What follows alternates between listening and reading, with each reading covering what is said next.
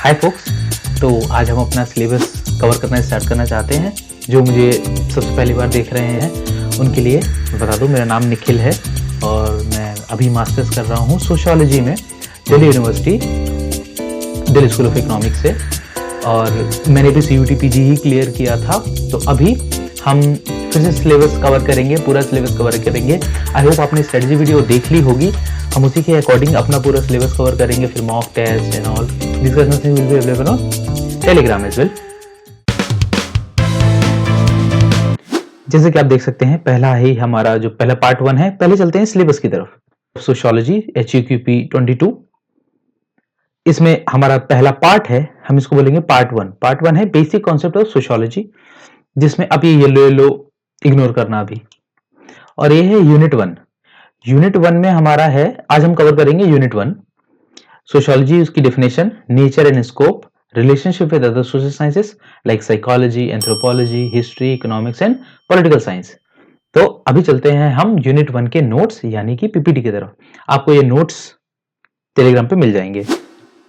ये है हमारी PPT, basic concept of sociology. सबसे पहले है सोशियोलॉजी की डेफिनेशन।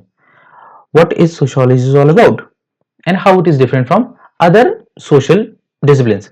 बट अभी हम बात करते हैं सोशियोलॉजी की डेफिनेशन की। Sociology is a study of society.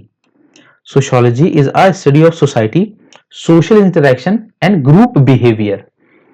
It looks how people interact within group and examines social life as a whole. It is a scientific study of social institution and process. इसकी definition बहुत पूछी जाती है, sociology की कभी कभी आ जाती है कि sociology is study of dash, फिर 4 ऑप्शन देंगे। तो sociology is study of society, social institution and process, and it actually examine behaviour of people और a group behavior of a people, मतलब how people behave in a certain group। ठीक है, अब बढ़ते हैं आगे। Emergence of sociology, how sociology emerges, ये हमारा दूसरा कॉन्सेप्ट है। हम यूनिट 1 कवर करेंगे उसी हेडिंग से, जिस हेडिंग में पूरा सिलेबस दिया हुआ है, एकदम कंसाइज मैनर में। हालांकि जो नोट्स आपको मिलेंगे वो और डिटेल्ड होंगे। ये PPT इसलिए बनी गई है ताकि आपको जब वो नोट्स पढ़े तो कोई भी किसी भी प्रकार की दिक्कत ना आए। तो इस PPT में वो सारी पॉइंट्स, मेन पॉइंट्स सारे कवर होंगे जो यूनिट 1 के लिए इंपॉर्टेंट है। प्लस आपको नोट्स जरूर से देखने हैं, वो आपको टेलीग्राम पे मिल जाएंगे। जरूर से देखिए क्योंकि वो नोट्स और डिटेल्ड होंगे, बहुत बड़े नहीं होंगे, लेकिन हाँ डिटेल और कंसाइज होंगे। ये सारे नोट्स जो भी मैंने बनाए हुए हैं, मैं पहले बता रहा हूं, ये इग्नू, नितिन सांगवान, ट्रूमैन की एक बुक आती है, उसके कुछ इंपॉर्टेंट पेजेस, प्लस थिंकर्स मतलब there are 26 thinkers which are important for the JRF syllabus. उनके भी कुछ पॉइंट्स, उनके भी कुछ कॉन्सेप्ट मैंने चारों मिला के ही प्रिपेयर किया था खुद के लिए, और उन्हीं एज इट इज नोट्स को मैं आपके लिए लाया हूं, क्योंकि हो सकता है उतने नोट से हो जाएगा। बहुत ज्यादा एकदम JRF लेवल के पढ़ने की जरूरत नहीं है, क्योंकि अभी हम स्टूडेंट ऑफ सोशियोलॉजी हैं और हम स्टूडेंट ही बने रहेंगे जब तक हम PhD या उसके बाद भी हम स्टूडेंट ही बने रहेंगे, because there is ocean of knowledge to it. चलो let's start with the emergence of sociology. Emergent came in 19th century. जब French Revolution has a very important role to play for the emergence of sociology. We call it period of Renaissance. और कुछ important thinkers हैं जो important हैं, जैसे Auguste Comte, Herbert Spencer and Emmanuel Durkheim. ये 3 thinker और Karl Marx, they are the one who have dominated the earlier studies of sociology. अभी आगे देखते हैं। सोशियोलॉजी डेवलप्ड, यहाँ पे लिखा हुआ है, sociology developed in the 19th century as a distinct discipline. French Revolution has a role to play with, or a period of Renaissance. Thinkers like Auguste Comte, Herbert Spencer and Emile Durkheim emphasize studying society as a whole.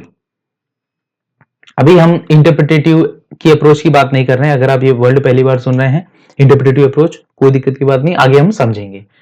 अब there is actually confusion between society and culture, so we need to clear that what is society and how society and culture both are different. Society, what is society? Society is a large self-sufficient group connected by shared culture. एक large self-sufficient group जो कि connected by shared culture. Society is connected by shared culture, and what is culture? A shared belief, language, goal experience that shapes a group's behavior or a group's way of life। ये स्टेबिंस ने definition दी थी 1987 में। जरूरी है thinkers के name, thinkers का full name बहुत जरूरी है, उसको एक लिस्ट बना के रखना कि तुम्हें थिंकर्स का पूरा नेम पता हो। प्लस थिंकर्स की जो बुक्स हैं वो बहुत इंपॉर्टेंट है, उनके ईयर भी इंपॉर्टेंट है। हम सब कुछ कवर करेंगे। अभी इमर्जेंस पे ध्यान देते हैं। तो what is how society and culture are different. जो सोसाइटी है, society is a self sufficient group जो शेयर्ड कल्चर से कनेक्टेड है, कनेक्टेड बाय शेयर्ड कल्चर। जो पूरा सेल्फ सफिशिएंट ग्रुप है वो कनेक्ट करता है शेयर्ड कल्चर से। लेकिन कल्चर क्या है? Culture shared language, belief, goals and experience है जो उसी ग्रुप का way of life, how these group will behave is actually defined by culture, not society. तो society, so in a way you can say that society's behavior is actually defined by what culture the society is sharing or the goals, belief and experience are sharing। अब आगे देखते हैं। आगे हम पढ़ने वाले हैं nature and scope. Nature and scope, how sociology और the scope of sociology different from other social discipline.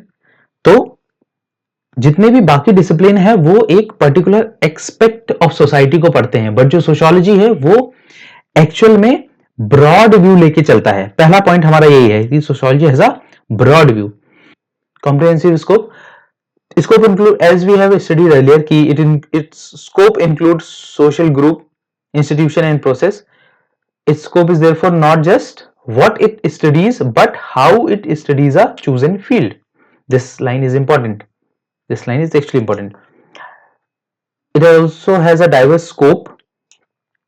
What are the perspective? Different thinkers have added in the scope of sociology vastly. For example, Durkheim या Emile Durkheim ने add किया scope of social fact. Yes, उन्होंने बोला कि scope of sociology is to study the social fact in a society. And Karl Marx ने कैसे add किया? Karl Marx ने स्कोप ऑफ सोशियोलॉजी को ऐड किया जब उन्होंने पढ़ाई की, जब उन्होंने पढ़ा study the dynamics of forces and relations of production. अभी के लिए इतना याद रखेंगे, आगे हम इसको डिटेल में पढ़ेंगे। कार्ल मार्क्स, इमाइल डुर्कheim, वेबर, ये पीछे कभी नहीं छोड़ेंगे। आप मास्टर्स करने आ जाओगे, पूरे आपने बीए में भी यही पढ़ा होगा सोशियोलॉजी में, और मास्टर्स में भी ये तीन लोग पीछा नहीं छोड़ेंगे आपका। These are the founding fathers of sociology. तो वेबर ने ऐड किया scope of sociology is to study the social action, and Talcott Parson to study the action system. Social action and action systems, they both are different. Weber and Talcott Parson are very different thinkers, but we will study earlier.